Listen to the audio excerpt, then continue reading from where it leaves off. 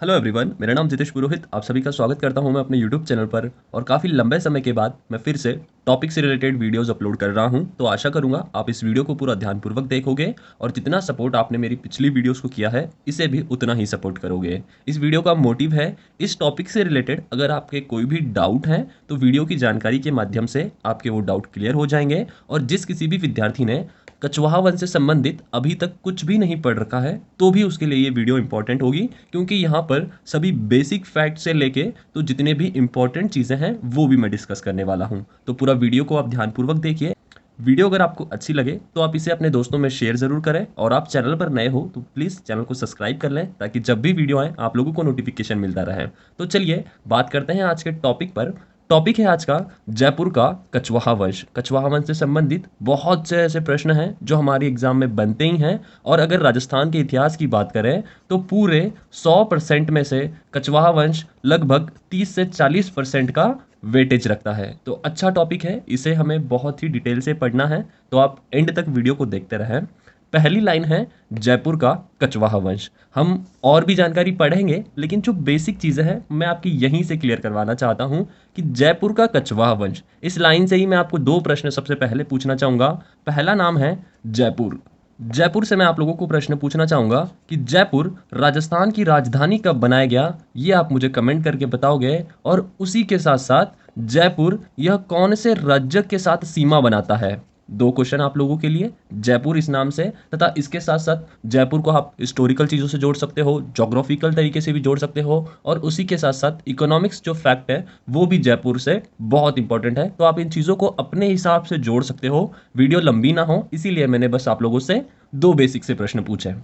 आगे का वर्ड आया है कछवाहा वंश। कछवाहा वंश से मैं आप लोगों को दो प्रश्न पूछना चाहूंगा कि कछवाहा वंश के जितने भी राजा हुए थे या जितने भी शासक थे, इन शासकों का इन शासकों का राज तिलक किस महल में हुआ करता था।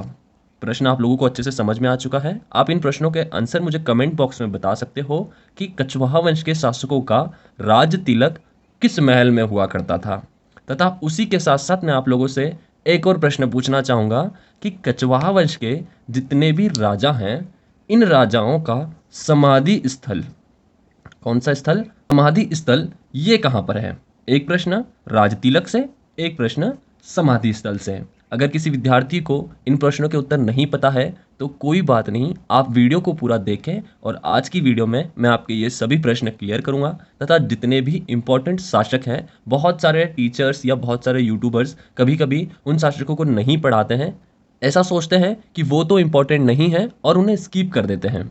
जैसे कि सीधा आपको दुलाराही के बारे में पढ़ा देंगे, उसके साथ साथ कोकिल देव पढ़ा देंगे, पृथ्वीराज कछवाहा पढ़ा के सीधा भगवान दास या भारमल के पास ले जाते हैं।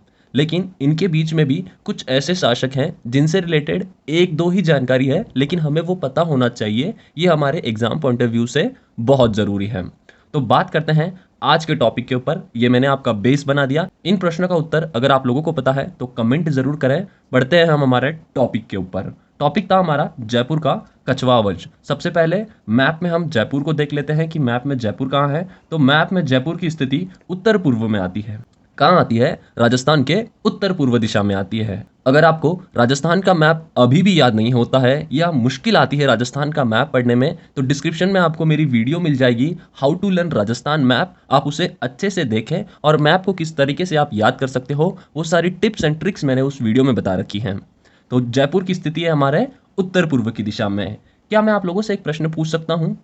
जैसे बहुत सारे विद्यार्थियों ने पढ़ रखे होंगे कि राजस्थान में कुछ ऐसे क्षेत्र हैं जिनके प्राचीन नाम भी हुआ करते थे। जैसे अगर मैं आप लोगों को बताऊं तो जयपुर से ही थोड़ा ऊपर की तरफ अगर हम चलते हैं तो सीकर, झुंझुनू, चूरू ये जिले आते हैं। इन्हें प्राचीन में शेखावाटी क्षेत्र के नाम से जाना जाता था। तथा उसी के बाद अगर हम बीकानेर और उत्तरी जोधपुर लेते हैं तो इसे जांगलधर प्रदेश के नाम से जाना जाता था।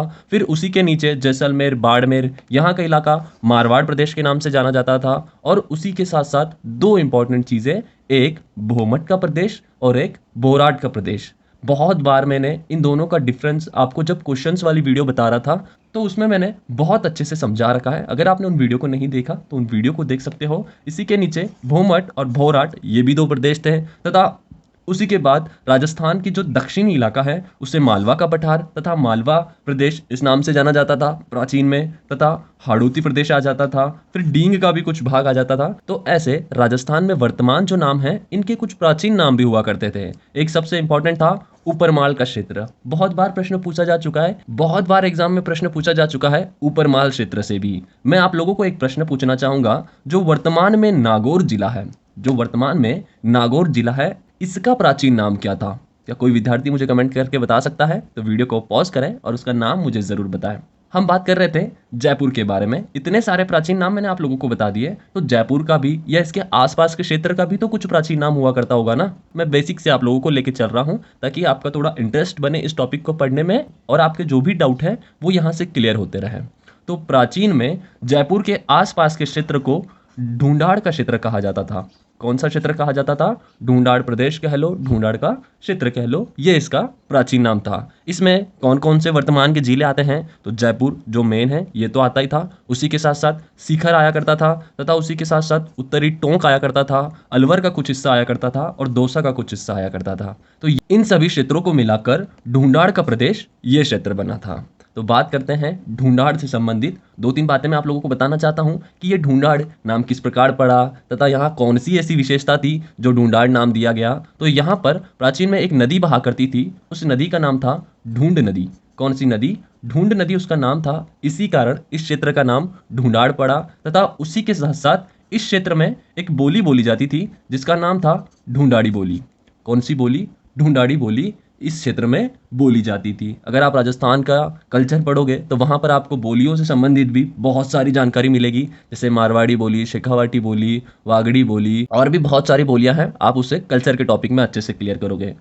तो आप लोगों को ढूंढाड़ या जयपुर का जो बेसिक था वो आप लोगों को पता चल चुका। इसका प्राचीन नाम क्या था? ढूंढाड़ प्रदेश था। क्यों? क्योंकि ढूंढ नदी बहा करती थी और यहाँ पर ढूंढाड़ी बोली बोली जाती थी। तो ये कुछ जयपुर का हमने बेसिक सा पढ़ लिया। तथा उसी के बाद प्राचीन में यहाँ पर दो जातियों का राज हुआ करता था। राज कह लो, वर्चस्व कह लो, ये यहाँ पर अधिक मात्रा में रहा करती थी। कौन सी जाति? एक थी मीणा जाति, एक थी मीणा जाति और दूसरी थी बड़गुजर। मीणा प्लस बड़गुजर, इनका यहाँ पर वर्चस्व हुआ करता था। तो इनका वर्चस्व खत्म किसने किया और कछवाहा वंश की स्थापना किसने की? अब हम हमारे टॉपिक की ओर बढ़ रहे हैं, कछवाहा वंश की ओर बढ़ रहे हैं। तो ध्यानपूर्वक आप इन सभी टॉपिक को सुनते रहें।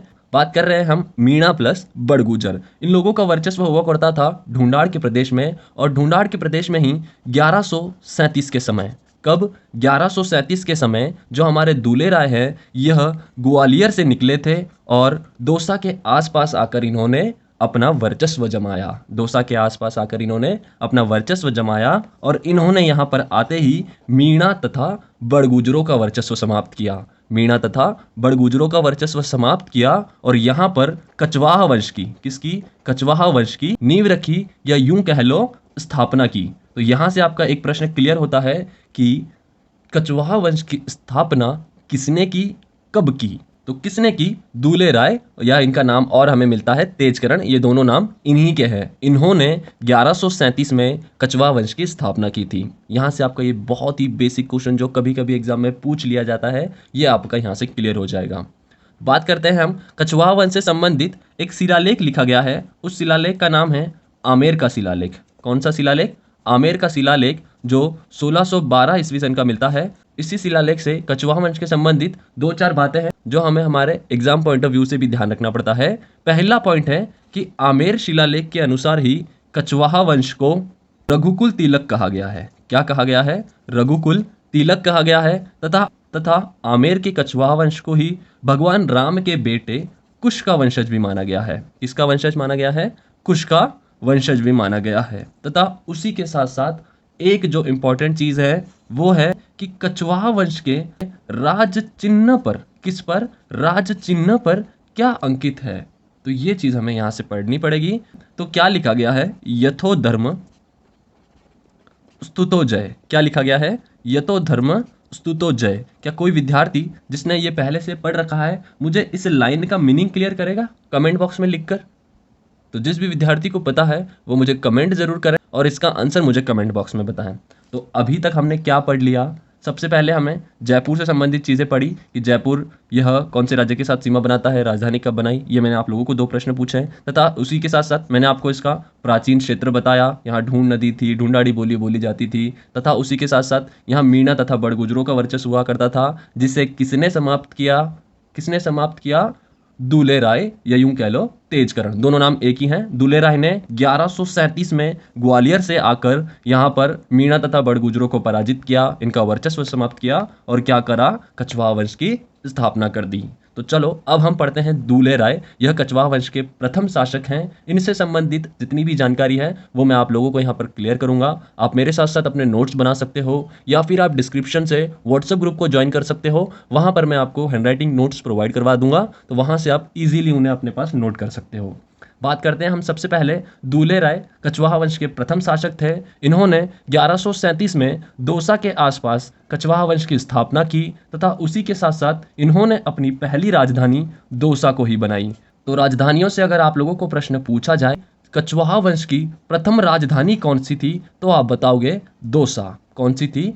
दौसा थी। और दौसा से मैं एक आप लोगों को प्रश्न पूछना चाहूंगा कि दौसा का जो दुर्ग है, क्या है दौसा का जो दुर्ग है, इसकी आकृति किसके समान दिखाई देती है? जब आप लोगों ने राजस्थान के दुर्गों को अच्छे से पढ़ा होगा तब आपको इस प्रश्न का आंसर पता होगा कि दौसा के दुर्ग की आकृति किसके समान दिखाई देती है। अपना आंसर मुझे कमेंट करके जरूर बताएं और हम आगे बढ़ते हैं इसी में। फिर इन्होंने दूल्हे राय ने ही यहाँ पर एक माता का मंदिर बनवाया। कौन सी माता का? जमुआय माता का मंदिर। जमुआय माता का मंदिर इन्होंने रामगढ़ में बनवाया और यह जमुआय माता ही कछवाहा वंश की क्या है? कुल देवी है। क्या है? कछवाहा वंश की कुल देवी है। आप लोगों से मैं कुल देवियों से प्रश्न पूछना चाहूंगा कि मेवाड़ राजाओं की कुल देवी कौन सी थी तथा उसी के साथ साथ मराठाओं की कुल देवी। ये प्रश्न कई बार पूछ लिया जाता है हमें एग्जाम में कि मराठाओं की कुल देवी कौन सी थी। आप मुझे इन दोनों प्रश्न का आंसर कमेंट करके साथ साथ बता सकते हो। मैं प्रश्न इसीलिए आप लोगों को पूछ रहा हूं कि आपको इस टॉपिक के साथ साथ और कितनी चीजें ऐड करनी है वो आप अपने माइंड से सोच सको। जैसे कुल देवी का नाम आया तो राजस्थान में हमें कुल देवियां पढ़नी है। चौहान वंश की कुल देवी, राठौड़ वंश की कुल देवी तथा उसी के साथ साथ मेवाड़ के राजाओं की कुल देवी, मराठाओं की कुल देवी, क्योंकि उनका मंदिर अपने राजस्थान चित्तौड़ में ही बना हुआ है, इसीलिए हमें वो एक बार याद रखना जरूरी हो जाता है। तो ऐसे आप प्रश्नों को, चीज़ों को जोड़ते चलो अपने साथ साथ, तो आपका पढ़ाई में और ज़्यादा इंटरेस्ट बढ़ता चलेगा। तो इसीलिए इन प्रश्नों का जवाब अगर आप लोगों को पता है तो कमेंट जरूर करें और उसके साथ साथ अगर आप लोगों को जानकारी भी पता है तो वो भी आप लिखते चलें। क्यों? क्योंकि अगर आप उन जानकारी को लिखोगे तो आपको वो लंबे समय तक याद रहेगी। बढ़ते हैं हम आगे की तरफ। सबसे पहले इन्होंने दौसा के आसपास कछवाहा वंश की स्थापना की थी। उसके बाद इन्होंने दौसा को ही अपनी राजधानी बना लिया था तथा उसके बाद जमुआय माता के मंदिर का निर्माण करवाया। कहाँ पर? रामगढ़ में, जिसे वर्तमान में जमुआय रामगढ़ के नाम से जाना जाता है। और यह जमुआय माता कछवाहा वंश की कुल देवी है। कछवाहा वंश की कुल देवी अलग है और कछवाहा वंश की आराध्य देवी अलग है। बहुत सारे यूट्यूबर्स ने और बहुत सारे टीचर्स ने कुल देवी और आराध्य देवी इन दोनों का फर्क बताया हुआ है। तो किसी भी विद्यार्थी ने कहीं से भी अगर पढ़ा होगा या आपको क्या लगता है कि कुल देवी और आराध्य देवी में क्या फर्क हो सकता है, अपना जवाब मुझे कमेंट करके ज़रूर बताएं ताकि कुल देवी और आराध्य देवी इनका फर्क भी आप लोगों को पता चल सके। उसके बाद जब इन्होंने मंदिर का निर्माण करवा दिया था रामगढ़ में, तो फिर कछवाहा वंश की राजधानी इन्होंने शिफ्ट कहाँ कर दी थी? जमुआय रामगढ़ में। तो यहाँ पर हमने पढ़ा पहली राजधानी जो थी दौसा और दूसरी राजधानी जो बनी थी जमुआय रामगढ़। क्या बनी थी? जमुआय रामगढ़। तो ये दो जानकारी आपकी यहाँ क्लियर हो गई। फिर उसके बाद दूल्हे राय का विवाह होता है मोहिलानी से। किससे? मोहिलानी देवी से। और बाद में मोहिलानी देवी से इन्हें एक पुत्र की प्राप्ति होती है। उस पुत्र का नाम था कोकिल देव। क्या नाम था? कोकिल देव। तो अब हम पढ़ते हैं कछवाहा वंश के दूसरे शासक से संबंधित। पहला शासक दूल्हे राय दौसा के आसपास स्थापना करता है। 1137 में स्थापना होती है कछवाहा वंश की तथा उसी के साथ साथ दौसा को राजधानी बनाई जाती है तथा जमुआय माता का मंदिर बनवाया जाता है जो कछवाहा वंश की कुल देवी है तथा उसी के साथ साथ दूसरी राजधानी जमुआय रामगढ़ को बना दी जाती है। इनका विवाह होता है मोहिलानी से और मोहिलानी से इनको एक पुत्र की प्राप्ति होती है जिसका क्या नाम था? कोकिल देव। तो बढ़ते हैं हम कोकिल देव से संबंधित। कोकिल देव में आपको ज्यादा जानकारी नहीं है लेकिन 2-3 टॉपिक है वो आपको क्लियर रखने हैं। सबसे पहला कि 1207 में इन्होंने अपनी राजधानी आमेर को बनाया था। किससे बनाया? आमेर को बनाया। तो यहां पर कछवाहा वंश की तीसरी राजधानी हो गई आमेर। आमेर यह कछवाहा वंश की लगभग 500 वर्षों तक राजधानी रही थी जो 1727 तक रही थी। तो यहाँ पर आपको 3 राजधानियां तो याद रखनी ही रखनी है। पहला दौसा, दूसरी जमवाय रामगढ़ और तीसरी है आमेर। 500 वर्षों तक रही थी और कब तक? 1727 तक रही थी। तो किसी विद्यार्थी ने अगर अच्छे से पढ़ रखा है कछवाहा वंश को तो मुझे बता सकता है कि 1727 के बाद कछवाहा वंश की राजधानी कौन सी बनी थी? कमेंट करके मुझे अपना आंसर जरूर बताएं। बात करते हैं हम कोकिल देव के बारे में। कोकिल देव 1207 में राजधानी आमेर को बना दिया था और उन्होंने क्या किया? अंबिकेश्वर माता का मंदिर का निर्माण करवाया। कौन सी माता का मंदिर? अंबिकेश्वर माता का मंदिर। दूल्हे राय ने कौन से माता का मंदिर बनवाया था? जमुआर माता का मंदिर, जो क्या थी? कछवाहा वंश की कुल देवी थी। बात करते हैं हम कोकिल देव के पुत्रों से संबंधित कि कोकिल देव के भी 3 पुत्र हुए थे। पहले पुत्र का नाम था पंचम देव, दूसरे पुत्र का नाम था रामदेव और तीसरे पुत्र का नाम था पृथ्वीराज कछवाहा। क्या नाम था? पृथ्वीराज कछवाहा। सबसे पहले पंचम देव की बात करते हैं। तो पंचम देव से आपको 2 बातें याद रखनी है। सबसे पहली बात, यह पृथ्वीराज चौहान तृतीय, कौन? पृथ्वीराज चौहान तृतीय का सामंत हुआ करता था और पृथ्वीराज चौहान तृतीय का ही इन्होंने तरायण के दूसरे युद्ध में, कौन से युद्ध में? तरायण के दूसरे युद्ध में साथ दिया था और वहां पर ये वीर गति को प्राप्त हुए।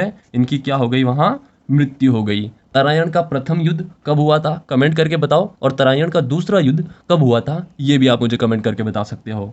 उसके बाद पंचम देव से ये 2 बातें आप लोगों ने याद कर ली। उसके बाद दूसरा इनका जो पुत्र था उसका नाम था रामदेव और रामदेव ने ही, यहाँ आपको ध्यान देने की जरूरत है, रामदेव ने ही कदमी महल का निर्माण करवाया था। और जो मैंने आप लोगों से सबसे पहले प्रश्न पूछा था कि कछवाहा वंश के शासकों का राज तिलक किस महल में हुआ करता था, तो उसका जवाब है कदमी महल। कदमी महल में कछवाहा वंश के शासकों के राज तिलक हुआ करते थे।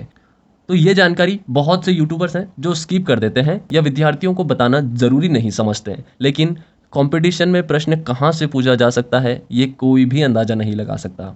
इसीलिए जितनी भी जानकारी है उन्हें हमें क्लियर करते हुए चलना है। बात करते हैं हम अगले पुत्र के बारे में जिनका नाम है पृथ्वीराज कछवाहा। हमने अभी तक क्या पढ़ा उसको कैसे याद करोगे? कोकिल देव के बारे में पढ़ा। कोकिल देव जिन्होंने 1207 में आमेर को राजधानी बना दी तथा अंबिकेश्वर माता का मंदिर, तथा उसी के साथ साथ इनके 3 पुत्रों को पढ़ना है। पहला पुत्र पंचम देव, दूसरा पुत्र रामदेव, तीसरा पुत्र पृथ्वीराज कछवाहा। पंचम देव से 2 बातें हमें याद रखनी है। पृथ्वीराज चौहान तृतीय का सामंत है और तरायण के दूसरे युद्ध में क्या हो गया? वीर गति को प्राप्त हुए। तथा रामदेव से हमें एक ही जानकारी है जो बहुत इंपॉर्टेंट है। उन्होंने क्या किया था? कदमी महल का निर्माण किया था। किसका निर्माण किया? कदमी महल का निर्माण किया। अब जो इंपॉर्टेंट शासक आ जाते हैं उनका नाम है पृथ्वीराज कछवाहा। पृथ्वीराज कछवाहा से 5-6 बातें हैं जो हमें याद रखनी जरूरी है। पहली चीज, पृथ्वीराज कछवाहा ये राणा सांगा के सामंत हुआ करते थे। किसके सामंत हुआ करते थे? राणा सांगा के सामंत हुआ करते थे और राणा सांगा का ही इन्होंने खानवा के युद्ध में साथ दिया था। खानवा का युद्ध 1527, रूपवाल तहसील भरतपुर जिला, गंभीर नदी के किनारे। किस प्रकार से याद रखोगे? खानवा का युद्ध 1527, रूपवास तहसील भरतपुर जिला, गंभीरी नदी के समीप ये युद्ध लड़ा गया था। तो इन्होंने पृथ्वीराज कछवाहा ने राणा सांगा का उस युद्ध में साथ दिया था और राणा सांगा की वीरता को देखते हुए, राणा सांगा की वीरता को देखते हुए इन्होंने अपने एक पुत्र का नाम भी सांगा रखा था। क्या नाम रखा था? सांगा रखा था। इस पुत्र के नाम में ही वर्तमान में सांगानेर बसाया गया है। क्या बसाया गया है? सांगानेर बसाया गया है। और सांगानेर से आप लोगों को एक बहुत ही अच्छा प्रश्न याद रखना है कि सांगानेर में ही राजस्थान का प्रथम अंतर्राष्ट्रीय हवाई अड्डा है। कौन सा हवाई अड्डा है? अंतर्राष्ट्रीय हवाई अड्डा है। बात कर रहे थे हम पृथ्वीराज कछवाहा से संबंधित। राणा सांगा के सामंत थे, खानवा के युद्ध में साथ दिया था, सांगा की वीरता से प्रभावित होकर अपने पुत्र का नाम सांगा रख दिया था। ऐसा कहा जाता है कि पृथ्वीराज कछवाहा के 12 पुत्र हुआ करते थे। कितना पुत्र हुआ करते थे? 12 पुत्र हुआ करते थे। और इन्होंने अपने सभी पुत्रों को एक वेल सेटल जिसे कहा जाता है, या यूं कह लो उन्हें एक बहुत ही अच्छी व्यवस्था के साथ अपनी अपनी रियासतों को चलाने के लिए एक बहुत ही अच्छी व्यवस्था का प्रारंभ किया था। उस व्यवस्था का नाम क्या है? 12 कोटड़ी व्यवस्था। तो ये प्रश्न एग्जाम में पूछा भी जा चुका है कि 12 कोटड़ी व्यवस्था यह किस शासक से संबंधित है, तो नाम आ जाएगा पृथ्वीराज कछवाहा से संबंधित। और किस वंश से संबंधित अगर पूछ ले तो नाम आ जाएगा कछवाहा वंश से संबंधित। आप लोगों को ये जानकारी यहाँ तक क्लियर हुई है। उसके बाद हम बात करते हैं, इनकी एक सगी पत्नी हुआ करती थी जिनका नाम था बालीबाई। क्या नाम था इनकी सगी पत्नी का?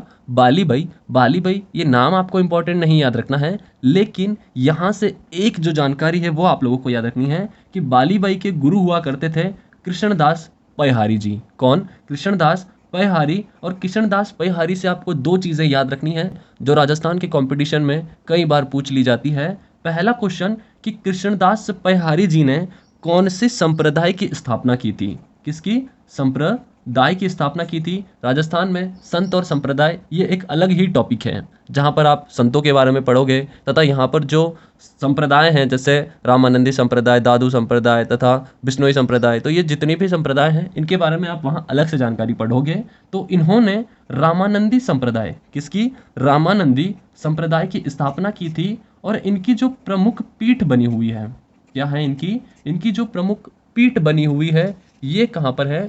तो यह गलता-जी जयपुर में बनी हुई है इनकी। और इनकी जो प्रमुख पीठ बनी हुई है ये कहाँ है? गलता-जी जयपुर। कहाँ बनी हुई है? गलता-जी जयपुर में बनी हुई है। और गलता-जी से सभी विद्यार्थियों को पता है, इसे मंकी वैली कहा जाता है, बंदरों की घाटी कहा जाता है तथा उसी के साथ साथ इसे छोटी काशी, क्या कहा जाता है? छोटी काशी, या यूं कह लो मिनी काशी। क्या कहा जाता है? छोटी काशी या मिनी काशी।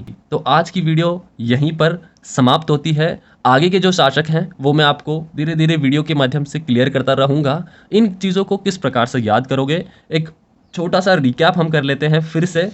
दूल्हे राय 1137 में आते हैं तथा मीणा तथा बड़गुजरों को यहाँ पराजित करते हैं और कछवा वंश की स्थापना करते हैं। दौसा को राजधानी बनाते हैं, जमवाय माता का मंदिर का निर्माण करते हैं, दूसरी राजधानी जमवाय रामगढ़ को बनाते हैं। मोइलानी से इनका विवाह होता है जिनसे इनका एक पुत्र की प्राप्ति होती है, उसका नाम है कोकिल देव। कोकिल देव क्या करते हैं? 1207 में राजधानी आमेर को बनाते हैं, अंबिकेश्वर माता के मंदिर का निर्माण करवाते हैं। इनके पुत्रों के बारे में हमने पढ़ा था तथा उसी के साथ साथ पृथ्वीराज कछवा जो इंपॉर्टेंट शासक हैं हमें याद रखना है, सांगा के सामंत हुआ करते थे तथा खानवा युद्ध में इन्होंने साथ दिया था। 12 कोटड़ी व्यवस्था, इसे आप स्टार लगा के रख लो क्योंकि ये क्वेश्चन पूछ लिया जाता है। 12 कोटड़ी व्यवस्था का प्रारंभ किया था। इनकी पत्नी बालीबाई, नाम याद नहीं होगा तो कोई प्रॉब्लम नहीं है, लेकिन इनके जो गुरु थे कृष्णदास पयहारी जी, ये याद रखना जरूरी है। इन्होंने रामानंदी संप्रदाय की स्थापना की थी और इनकी प्रमुख पीठ जो है गलता-जी जयपुर में बनी हुई है। गलता-जी जयपुर के जो 2-3 उपनाम हैं, एक तो इसे बंदरों की घाटी कहा जाता है, मंकी वैली कहा जाता है तथा उसी के साथ साथ छोटी काशी या मिनी काशी कहा जाता है। तो आज की वीडियो यहीं पर समाप्त करता हूँ। वीडियो आप लोगों को कैसी लगी आप मुझे कमेंट करके बता सकते हो। कुछ गलतियाँ हो या कुछ सुधारने की कोशिश अगर करनी हो तो वो भी आप मुझे कमेंट में बता सकते हो ताकि अगली वीडियो में मैं इसे सुधार सकूँ। और आप लोगों से रिक्वेस्ट है, अगर आप चैनल पर नए हो तो प्लीज़ चैनल को सब्सक्राइब करें तथा इसे अपने दोस्तों में शेयर करते रहें। और आज बस टॉपिक के साथ साथ मैंने आप लोगों को 10 से 15 क्वेश्चन भी पूछ लिए हैं, तो अगर आप लोगों को उन प्रश्नों के जवाब पता है तो कमेंट जरूर करें ताकि किसी विद्यार्थी की मदद हो सके। जो भी पहली बार देख रहा है वो डिस्क्रिप्शन से व्हाट्सएप ग्रुप ज्वाइन कर ले, वहाँ पर मैं आपको इसकी हैंडराइटिंग नोट्स प्रोवाइड करवा दूंगा, तो वहाँ से आप इन चीज़ों को अपने पास नोट कर लेना। आशा करता हूँ आप लोगों को वीडियो पसंद आई होगी और आज की वीडियो में यहीं समाप्त करता हूँ। जय हिंद, जय भारत।